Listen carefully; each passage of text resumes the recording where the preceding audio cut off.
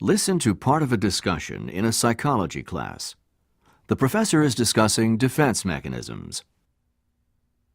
Okay, we know from our earlier study of Freud that defense mechanisms protect us from bringing painful thoughts or feelings to the surface of our consciousness. We do this because our mind simply can't tolerate these thoughts. So defense mechanisms help us to express these painful thoughts or feelings in another way, while we repress the real problem. The function of defense mechanisms is to keep from being overwhelmed. Of course, the avoidance of problems can result in additional emotional issues. And there's a huge distinction between repression and suppression. Anybody want to explain the difference? I'll try it. I think repression is an unconscious response to serious events or images, but suppression is more conscious and deals with something unpleasant, but not usually, well, terrible experiences. I couldn't have said it better. Now remember that the thoughts or feelings that we're trying to repress may include, just to mention a few, anger, depression, competition, fear, envy, hate, and so on. For instance, let's suppose that you're very angry with your professor. Not me, of course. I'm referring to another professor. So, you're very angry because he's treated you unfairly in some way that could cause you to lose your scholarship. Maybe he failed you on an examination that didn't really cover the material that he'd gone over in class, and an F grade in the course is going to be unacceptable to your sponsors. So this would be very painful, as I'm sure you'd agree. And I'd say it would qualify as a serious event. So let's take a look at several different types of defense mechanisms that you might employ to repress the feelings of disappointment, rage perhaps, and even violence that you'd feel toward the professor. Most of them are named, so the mechanism's fairly obvious, and one of the most common mechanisms is denial, which is... If I want to deny something, I'll just say I'm not angry with the professor. Exactly. You may even extend the denial to include the sponsors, and you could tell your friends that they'd never revoke your scholarship. And this mechanism would allow you to deny the problem, even in the face of direct evidence to the contrary. Let's say a letter from the sponsor indicating that you won't receive a scholarship for the next term. Okay on that one? Okay. How about rationalization? Well, in rationalization, you come up with some reasons why the professor might have given an unfair test. And how would you do that?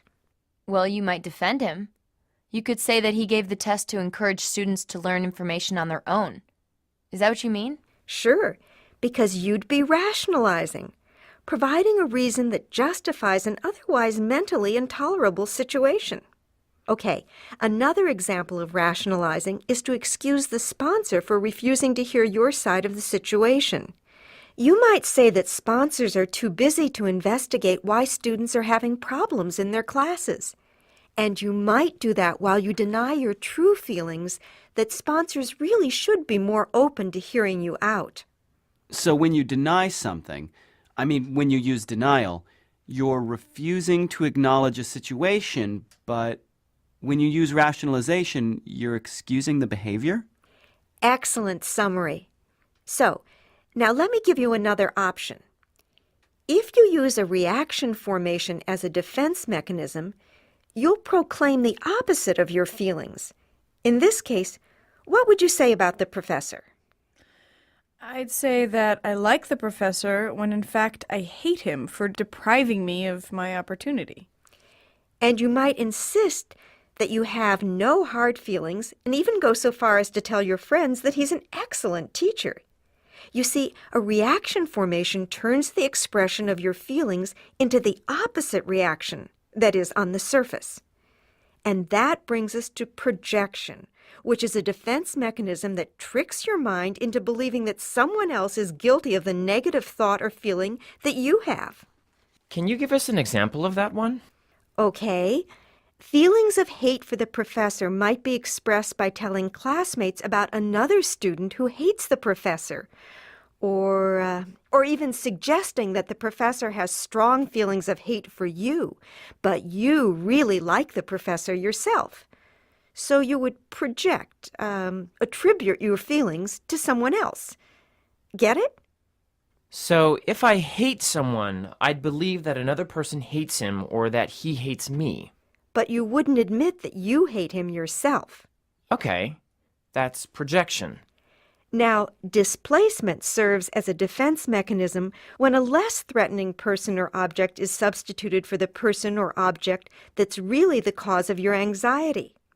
So instead of confronting the professor about the unfair test, well, you might direct your anger toward the friend who studied for the test with you, and you could blame him for wasting your time on the material that was in the book and notes. Of course, there are several other defense mechanisms like fantasy, which includes daydreaming or watching television, maybe to escape the problems at school. Or regression, which includes immature behaviors that are no longer appropriate, like maybe expressing temper in the same way that a preschooler might respond to having a toy snatched away. And your textbook contains a few more that we haven't touched on in class. Just one more thing. It's good to understand that the notion of unconscious thoughts and the mechanisms that allow us to manage them, that this is a concept that goes in and out of fashion. Many psychologists rejected defense mechanisms altogether during the 70s and 80s. And then in the 90s, cognitive psychologists showed a renewed interest in research in this area. But I must warn you that although they found similar responses, they tended to give them different names. For instance, denial might appear in a more recent study as positive illusion, or scapegoating might be referred to instead of displacement. But when you get right down to it, the same categories of behavior for defense mechanisms still exist in the research, even if they're labeled differently. And in my view, if you compare Freud's traditional defense mechanisms with those that are being presented by more modern researchers, you'll find that Freud's easier to understand and gives us a broader perspective. And if you understand Freud's categories, well, you'll certainly be able to get a handle on the newer terms. What is exciting about the modern studies is the focus on coping skills and what's being referred to as healthy defenses. So next time, we'll take a look at some of these processes.